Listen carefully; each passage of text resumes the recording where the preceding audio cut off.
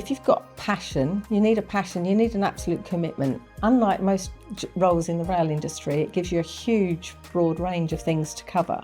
So it gives you a much better understanding of what senior decision making is. It would help to be comfortable with some numbers, but equally it would help to be comfortable with sort of employee relations sort of issues. I don't think there's a template that you can apply. It's not like a job description. It is about taking any sort of complicated process and just filtering it down to what does that mean? For me, as a member of the Railway Pension Scheme, because I am, what does that mean? And what will that mean for me in terms of the pension I will receive when I come to retirement? For me, pensions actually is fundamentally about relationships. Taking the time to build strong relationships, I think, really makes you a more effective trustee. Understanding people, being close to your workplace is important. Understand what the members want and how they feel about stuff. And the ability to get on with people from all sorts of different perspectives, whether it's meeting with employers or members of the pension scheme, fellow trustees, and members of the executive team from Railpen who we deal with on a regular basis. You just need to be interested, and you need to want to ask questions. And if you've got an interest and if you're inquisitive, actually this is the right place for you.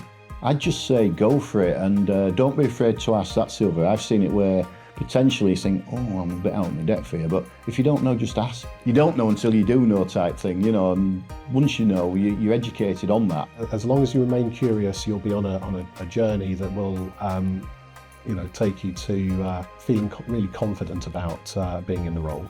My eyes and my ears are better than my mouth. Listening, seeing is a good skill to have in terms of understanding what's going on, what the problems are. The ability to listen to people and take on board what they've got to say. So probably listening skills is crucial, but also I think just having the deep down passion that we get a good result for members. It's nice to be able to have that challenge with people who appreciate what you're doing and for you to appreciate people. But I think you need to have a little bit of an eye for detail. But I think the big one is you need to be inquisitive. Ensuring that you are aware of the members' interests in almost every facet of your decision making. At the end of it, it's working as a team. You cannot do it in isolation in any shape or form. You've got to work as a team, so it's that ability to work with people.